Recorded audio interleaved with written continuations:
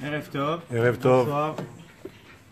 Bon, le cours ce soir, il est les Nishmat Saba Sheli, Hamouch Ben Esther, et les Refouat, Guy Yitzhak Ben Gemara et Esther Ben Chana. Ouais.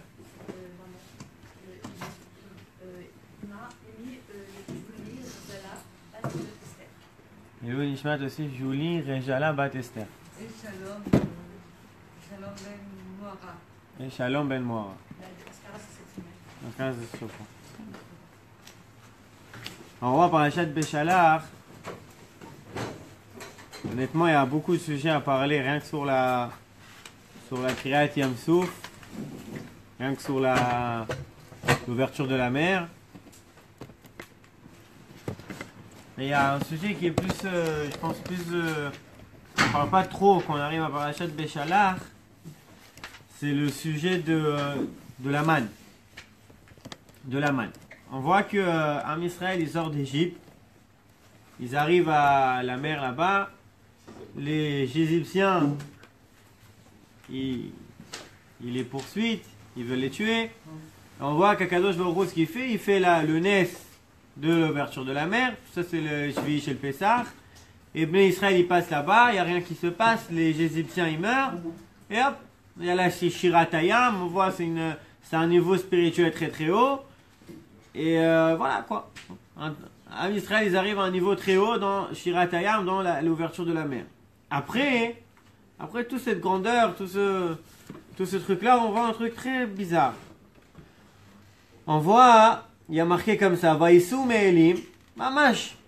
Quelques secondes, si on peut dire, après l'ouverture, après le miracle de l'ouverture de la mer, il y a marqué Vaïsou Me'elim, Vayavo Koladat Ben Israël El Midbar Sin, Asher Ben Elim ou Ben Sinai, Bachamisha Asar Yom Lachodesh Hashenim Letzeta Me'eret Mitzrayim, Vailonu Koladat Israël Moshe Ve'al Aaron Bamidbar. Ah, les Ben Israël, ils commencent à, qu'est-ce qu'ils font?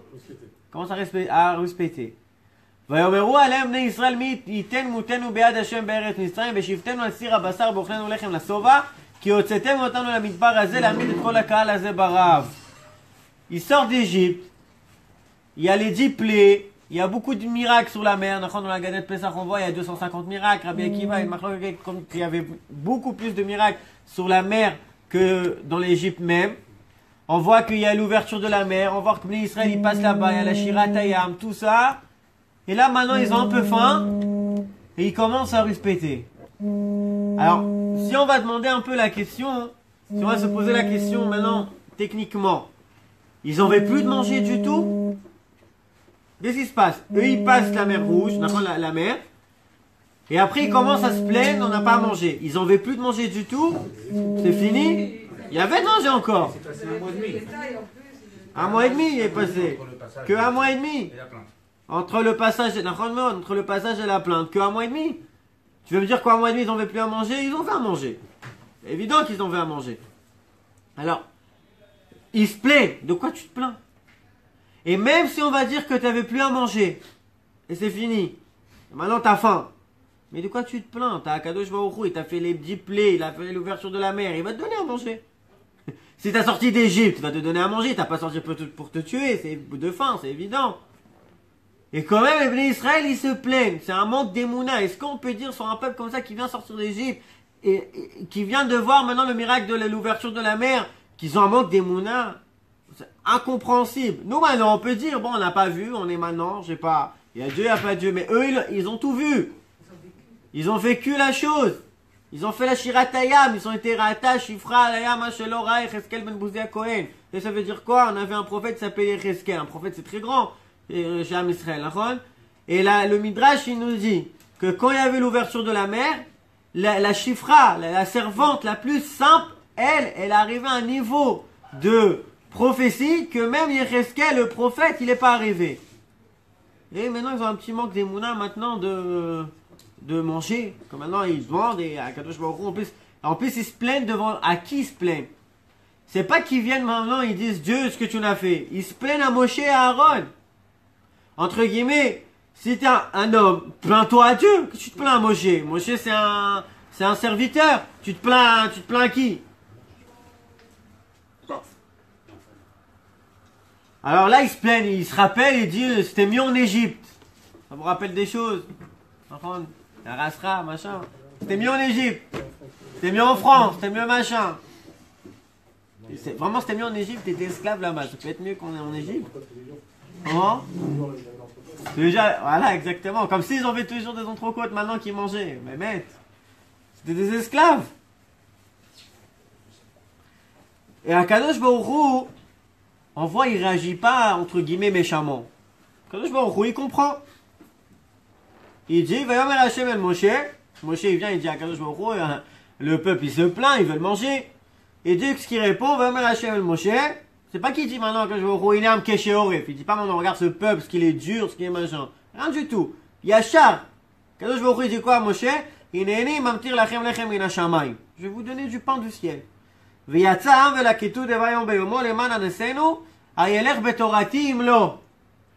si maintenant on va traduire le pasouk, le pshat du pasouk, Kadosh Baruch Hu il dit, pourquoi je vais vous faire descendre du pain du ciel pour voir est-ce que vous allez faire la Torah ou pas? Quel rapport? Tu vas faire descendre du pain du ciel pour qu'on a mangé. Quel rapport maintenant? C'est un isayon? Est-ce que c'est une épreuve pour voir si en Israël ils vont faire la Torah ou pas? Quel rapport entre ça et ça? C'est un truc technique. En Israël, il crie, il pleure, il veut la manger. Tu te donnes à manger. Et là-dedans, tu vois maintenant une épreuve. Est-ce que en Israël, ils font la Torah ou pas? C'est un truc très simple. D'aller maintenant sortir de chez toi et prendre la manne qui arrive sur ta porte, c'est pas très dur. Mais on a des conditions. Kadosh Baruch Hu, il dit, je vais vous donner la manne, il n'y a pas de problème. Mais Dieu, il te dit, j'ai des conditions. C'est quoi les conditions? Tout le monde va recevoir pareil. Tout le monde reçoit pareil. La même quantité. Le riche et le pauvre, ils vont recevoir la même quantité. Et on voit ce qui se passe. Quand ils sortent, Bnei Israël, pour prendre la manne, pour récolter la manne, il y en a, ils vont récolter plus la quantité que Dieu l'a dit de récolter. Et qu'est-ce qui se passe? Le matin, ça pourrit. C'est quoi ce truc? Qu'est-ce qu'on apprend de là? Autre chose, on a essayé de comprendre un peu, c'est qu'on voit que la Gemara nous dit Lo nitna Torah ela leochle aman. Si on se pose la question, on voit en Israël, ils sortent d'Égypte, ils ont vu Akadosh Baruch Hu, il y avait l'ouverture de la mer. Qu'est-ce que tu leur fais maintenant tout ça? Donne-leur la Torah maintenant, direct. Maintenant ils ont soif, ils veulent la Torah. Pourquoi t'attends?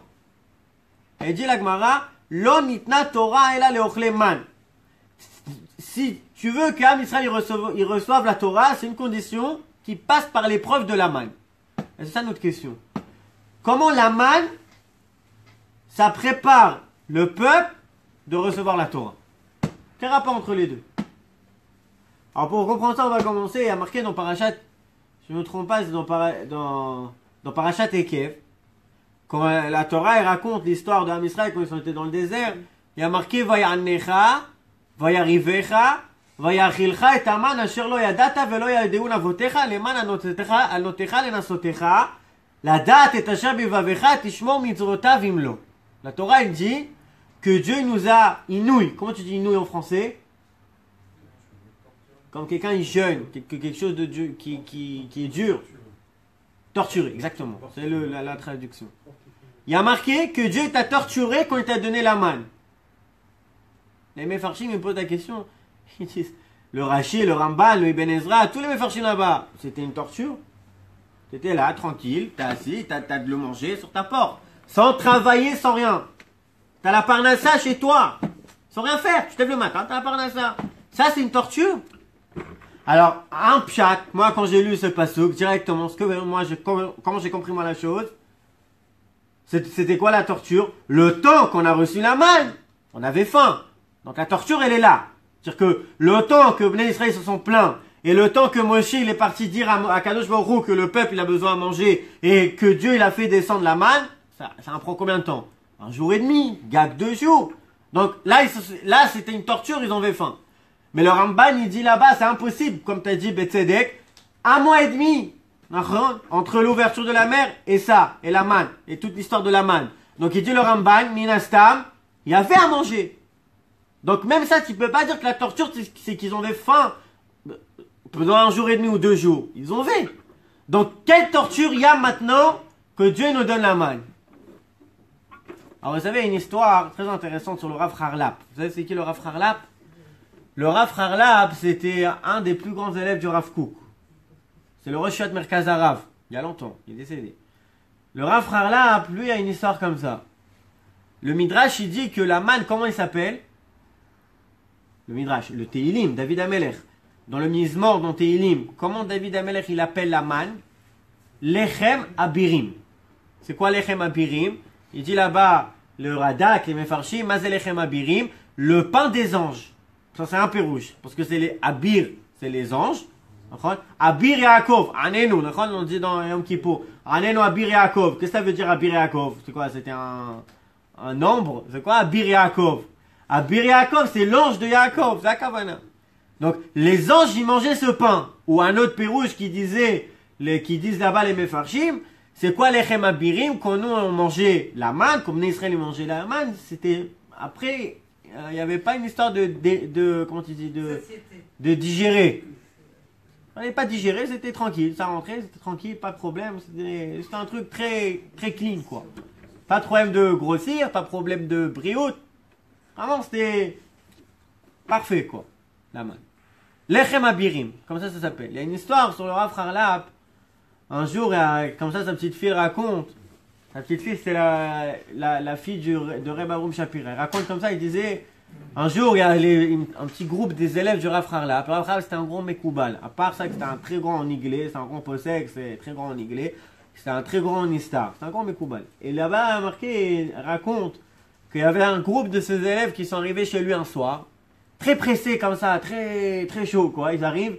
Et on veut parler au Rav, on veut parler au Rav. Ils disent à la femme du Rav Harlap, la Rabbanite, on veut parler au Rav. Le Rav, il est occupé, ben, on veut lui parler, un truc. Bon, il les a reçus. Enfin, il dit que c'était minuit, un truc comme ça. Il les a reçus. Et ils vont comme ça dans la chambre du Rav Harlap.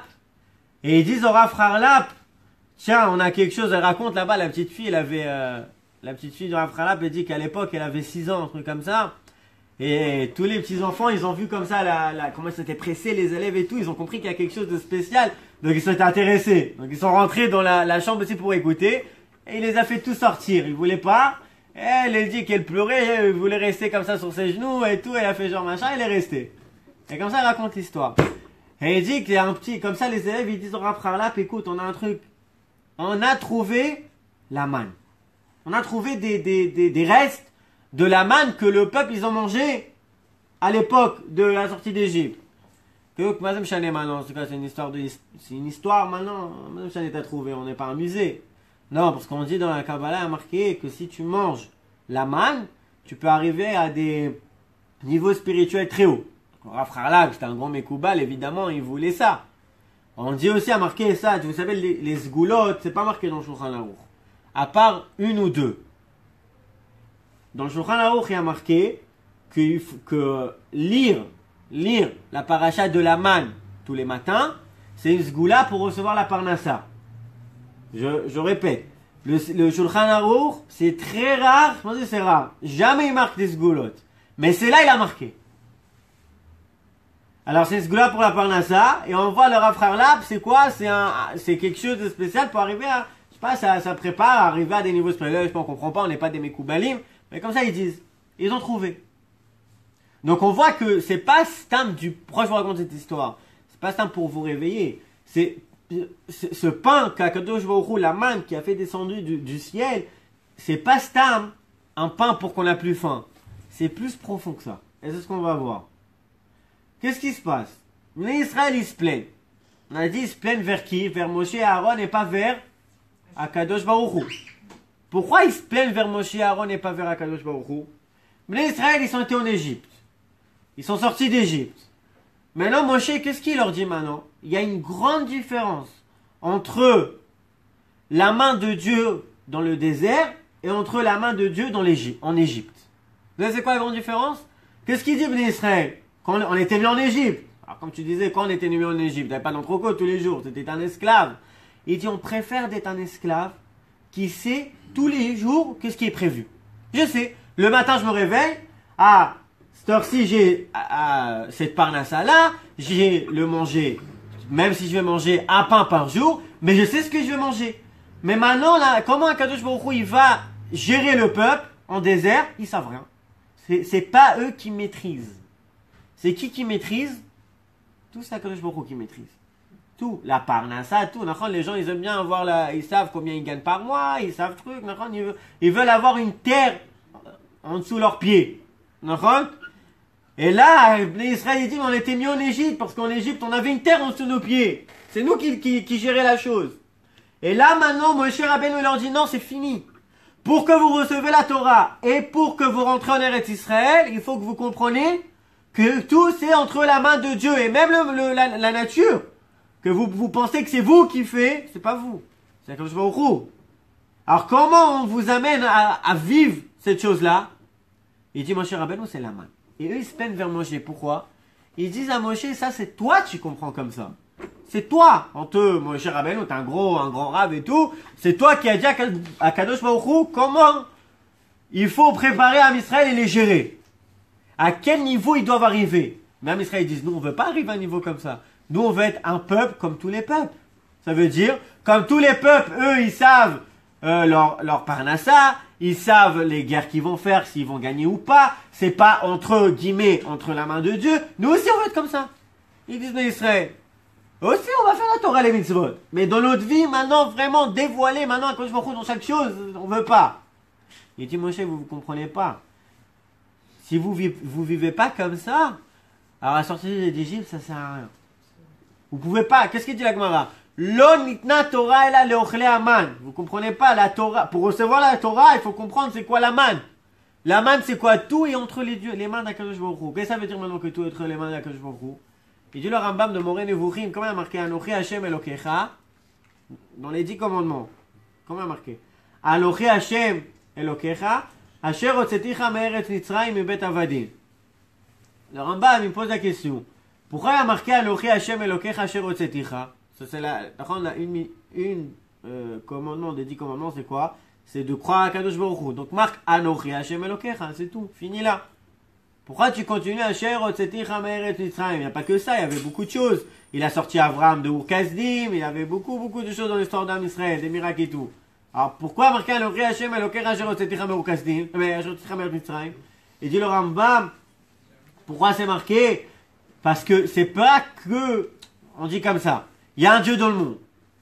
On a répété ça plusieurs fois. Et alors? Bon, t'es arrivé à la conclusion qu'il y a un Dieu dans le monde. Marque pas. On s'en fout maintenant. Il y a un Dieu dans le monde. Même chané. Il y a un Dieu ou il n'y a pas un Dieu. Sur chaque table de Shabbat, t'as des religieux, des chachons, à chaque fois c'est le débat. Il y a Dieu ou il n'y a pas Dieu. Alors c'est un débat et à la fin t'arrives à la conclusion, il y a Dieu dans le monde. Heureusement. Bon, c'est un débat très beau, philosophique. Qu'est-ce qu'on s'en fout maintenant qu'il y a Dieu dans le monde? Même chané. Il te dit le Rambam. S'il y a un Dieu dans le monde, ça veut dire que si Dieu il a créé le monde, ça veut dire qu'il se dévoile dans le monde aussi. Et ça veut dire qu'il y a un plan. Et si on dit qu'il y a un plan, ça veut dire que le monde il va quelque part. Et nous on doit aller vers le plan d'Akadosh Baruch Hu. C'est pour ça qu'il y a marqué Anochi Hashem Elokecha Asher hotzeticha me'eretz Mitzrayim. S'il y aurait marqué que Anochi Hashem Elokecha, bon, Akadosh Baruch Hu il a créé le monde et ça y est. Il y a marqué Asher hotzeticha me'eretz Mitzrayim, ça veut dire quoi? C'est aussi la Hashgacha pratique, ça veut dire qu'Akadosh Baruch Hu ici, c'est pas que il a créé le monde et après il l'a laissé comme ça à FKR, comme ils disent les philosophes. Les philosophes ils disent ça. Il y a plusieurs renachon. Dieu l'a créé le monde, il est parti. Am Israël il dit plus que ça. Dieu l'a créé le monde et Dieu aussi se dévoile dans le monde. Donc maintenant nous on doit vivre souvent ça. Ça c'est le Rambam de Moreh Nevuchim. On a dit la manne c'est une épreuve. Pourquoi la manne c'est une épreuve? C'est un truc psychologique. Il dit Moshe Rabbeinu. Bnei Israël, ça les a fait un problème de vivre comme ça. Et c'est ça l'épreuve. Est-ce que tu es prêt à vivre toute ta vie que recevoir la parnassa, recevoir la santé, recevoir tout ce qu'il y a, le shefa dans le monde matériel, ça dépend de ta situation morale. Est-ce que tu es prêt à vivre comme ça, oui ou non? Tu es prêt à vivre comme ça? On dit, il y a la question, tzadik veralo, rachav et tovlo. Tu vois un tzadik, il est censé avoir tout le bien dans le monde. Et il reçoit que des malheurs. Et tu vois un rachat, lui il vit bien. On pose la question. Si tu dis qu'il y a un Dieu dans le monde, alors comment ça se fait que le tzaddik, lui, il galère et le rachat, lui, il est tranquille?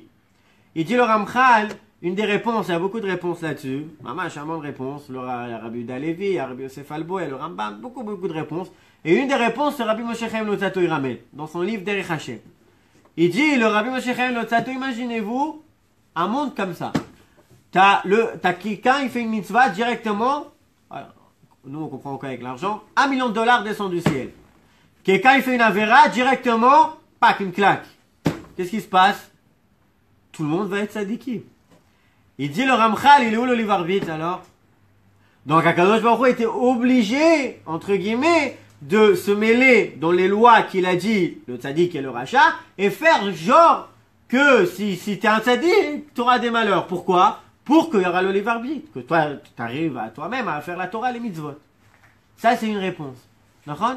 C'est le stade de Am Israël dans le désert. S'ils sont dans une situation morale qui est très haute, il y a la parnassa. S'ils sont dans une situation morale qui est très bas, il n'y aura pas. Et ça, c'est Eretz Israël aussi. D'accord?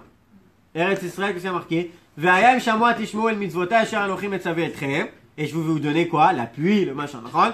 Et si vous écoutez pas, il n'y a pas. La pluie, c'est la parnassa. D'accord? T'as une seule terre dans le monde qui vit comme ça. Comment? Eretz Israël. En fait, Akadosh Baruch Hu nous enseigne un truc comme ça. On a des lois matérielles. Mais il y a une loi qui est encore plus haute. Et que tout le matériel, toute la nature dépend d'elle, de cette loi-là, c'est la loi de la morale. Si tu fais la morale, ça veut dire la Torah, les mitzvot, tu vas recevoir le matériel. Si tu ne fais pas, tu n'auras pas. Vous comprenez? Donc, maintenant, il mangeait maintenant, il y a marqué dans le passouk que Dieu nous a torturé avec la manne. Que ça veut dire que Dieu nous a torturé avec la manne? C'est ça. C'est vivre dans une situation que c'est pas toi qui maîtrise ta vie, c'est tout, c'est Dieu. Et là, pour Am Israël, c'est quoi? C'était une torture. C'est ça, Vayanecha, Vayarevecha. La torture, c'était ça. Et comment maintenant ils peuvent recevoir la Torah? Rien que s'ils arrivent à passer cette épreuve. Donc, si nous, on pensait que Am Israël, quand ils allaient recevoir, si on s'imagine maintenant la photo, Am Israël, ils reçoivent maintenant la manne qui descend du ciel sur leur porte, ils sont tous contents. Ils sont contents? Non, pas contents. Parce que eux, ils veulent vivre psychologiquement, souvent, leur force à eux. Entre guillemets, pas dépendre de quelqu'un d'autre. La Kadosh Baruch Hu, quoi. Et qu'est-ce qui se passe? On avait dit aussi, à part ça, il y a une autre chose. On voit on voit en fait que quand Dieu leur a dit qu'il y aura la manne, il va descendre la manne du ciel et tout. Alors il leur dit à Kadosh Baruch Hu, il y aura une quantité à tout le monde. Une quantité à tout le monde. Omer. C'est une quantité, le riche et le pauvre, ils ont tous la même quantité. Et le lendemain, et si quelqu'un, il allait récolter plus de la quantité qu'Akadosh Baruch Hu il a dit, il a prévu, le matin, qu'est-ce qui se passait? Ça pourrit. Pourquoi? Pourquoi il fait ça, Dieu? Il a pris, laisse-le. Parce que c'est exactement, c'est l'épreuve. Si toi, t'écoutes pas qu'Akadosh Baruch Hu, non seulement, il te donne la parnassa. Et là, c'est plus que ça. Aussi, il te dit la quantité que tu dois manger. Et toi, t'arrives pas à le vivre. Et tu vas chercher plus, il n'y aura pas. Ça va pourrir. C'est l'épreuve. Vous comprenez? Cette épreuve-là, c'est plus grand du tout la sortie d'Égypte. Vous pouvez poser. Ça ne veut pas dire plutôt que, enfin aussi, que il ne croit pas à Hachem. Ça veut dire, c'est ce qu'on... Le fait de demander à Moshe et à Aaron et pas s'adresser à Dieu. C'est ce qu'on disait, que pourquoi ils ne s'adressaient pas à Dieu, ils s'adressaient à Moshe et à Aaron. Non, parce que eux, dans leur tête... Il n'y a pas de Dieu. Non, il y a Dieu. Mais eux, dans leur tête, c'est Moshe et Aaron que eux, ils ont dit, c'est le chemin. Entre guillemets. C'est eux qui ont maintenant dit le chemin que Am Israël, ils doivent avoir dans leur vie, c'est ce chemin-là. C'est entre guillemets, c'est pas Dieu qui a décidé. C'est entre guillemets, ça veut dire que comme ça, Am Israël, ils disent à Moshe et Aaron, vous avez un niveau très haut. Alors vous pouvez vivre comme ça. Mais nous, maintenant le peuple, on ne peut pas vivre comme ça. Alors pourquoi tu dis à Kadosh Baruch Hu de nous gérer comme ça? Donc, entre guillemets, eux, pourquoi ils s'adressent d'Afka, Moshe et Aaron et pas Kadosh Baruch Hu, justement à cause de ça. Parce qu'ils croient que c'est Moshe et Aaron, que c'est eux qui décidaient ce chemin-là. Eux, ils disent c'est un chemin pour des chassidim, pour des tzadikim, pour des gens très hauts. Mais c'est pas un chemin pour tout le peuple. Et le chidouche de Moshe, que c'est le chemin pour tout le peuple. C'est le chidouche. Donc c'est pas bon, vous comprenez, là on a pris la chose, on l'a arrangé, enfin on l'a arrangé. On essaie de comprendre, parce que le Ham Israël quand même, il vient de sortir d'Égypte, il vient voir les Égyptiens, il vient de voir l'ouverture de la mer et il se plaint. Et c'est pas le stade des petites plaines, c'est très très très puissant les plaines qu'ils font. Vaïlon al Moshe Aaron, c'est très puissant, c'est très dur. Ce qu'ils disent. Pour essayer un peu de comprendre ce qui s'est passé psychologiquement chez Ham Israël, chez eux. On a dit Lechem Abirim, comment David Amelech il appelle la manne. Lechem Abirim, on a dit c'est le pain que, un des Pérouchim, c'est le pain des anges qui mangeaient. Ça veut dire quoi les pains des anges qui mangeaient? Les anges ils mangeaient, les anges ils mangeaient pas. C'est pour t'enseigner, c'est quoi la manne? La manne c'est, ça a l'air quelque chose de matériel, mais c'est plus que ça. C'est du pain spirituel. C'est ça le niveau qu'Am Israël ils sont arrivés. C'est que même dans les choses, après ce qu'on apprend de là, c'est Amis Israël, ils sont arrivés à un niveau quand même dans les choses les plus matérielles. Contre guillemets, on va dire, il n'y a aucun rapport avec la Gdusha. Entre guillemets, on doit arriver à un niveau que même quand on mange, on doit arriver à monter des nitzotzot. Si on peut parler comme ça. Même, pourquoi tu manges? Un des premiers niveaux, pourquoi on mange? C'est pas on mange. Quelqu'un qui est à ce niveau-là, il dit le Ramchal, un niveau que, pourquoi tu manges? Pas parce que tu as faim, pas parce que tu es matériel. Tu manges pour étudier la Torah. Mais ça, c'est un niveau encore bas, mais il y a des niveaux encore plus hauts qu'on peut même pas s'imaginer. Et ça fait partie du Shabbat. Le Shabbat, on dit Neshama et Tera. C'est quoi Neshama et Tera? C'est quoi Neshama Bichral? Il y a deux Neshamot, c'est Neshama et Tera. Et la Kavana, c'est que le Shabbat, on a la capacité de vivre la vie suivant la Neshama et pas suivant le corps. Comprenez? Dans ce Olam Hazé, on a la Neshama, on a le corps. La vraie vie, elle est où? Dans la Neshama. Maintenant, nous, on est tellement matériel qu'on ne voit pas qu'il y a une Neshama. Donc, on vit la vie, souvent le matériel. Mais Shabbat, on a la capacité et la possibilité de vivre la vie souvent la Neshama et pas souvent le matériel. Ça veut dire qu'on a la capacité d'élever même la matière. Pourquoi? Parce qu'on vit la Neshama, pas la matière. Donc si on va chercher des exemples, alors l'exemple que nous on peut comprendre à notre niveau, c'est par exemple de manger pour étudier, de boire pour pouvoir étudier, d'aller dormir pour étudier, pas être matériel. Vous comprenez? Pour prendre tout ce monde et faire vivre la Neshama dedans. C'est la main. Vous comprenez? La reine a marqué Lo nitna Torah ela leochleman. La Torah, pour recevoir la Torah, il fallait passer par l'épreuve de la manne. Pourquoi? Parce que la Torah c'est quoi? C'est la vie de la Neshama. La Torah c'est la Neshama. Donc pour arriver à une capacité, une possibilité de vivre dans ce Olam Hazé, la Neshama, il fallait passer par la manne. C'est exactement ça. Maintenant, une petite parenthèse. Quand en Israël ils sont arrivés, on va au début de la paracha.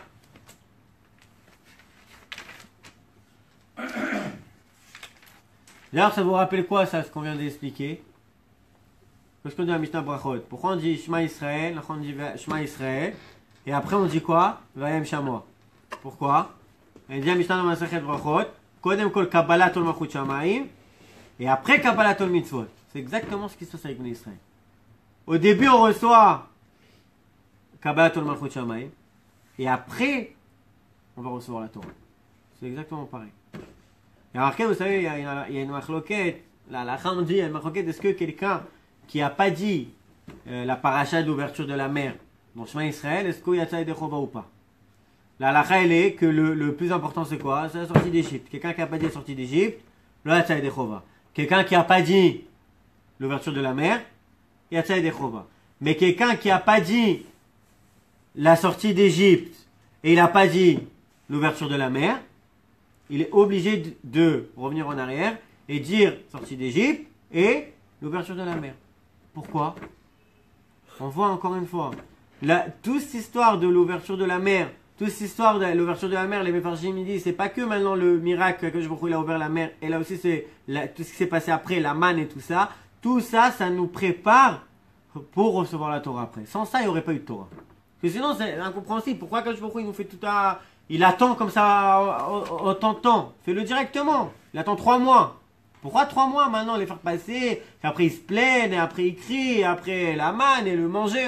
Donne la Torah directement, et fini. Amène-les en Eretz Israël, on finit l'affaire. Non, et dit la Gemara, pour refaire la Torah, il faut qu'on passe par la manne. On passe bon alors, d'habitude on faisait 1 heure ça, 1 heure ça, mais bon vu que c'est un peu trop, pour vous, pour moi, 1 heure cours d'Aparacha, 1 heure de cours de le sujet qu'on va choisir, donc on va faire une demi-heure de maintenant.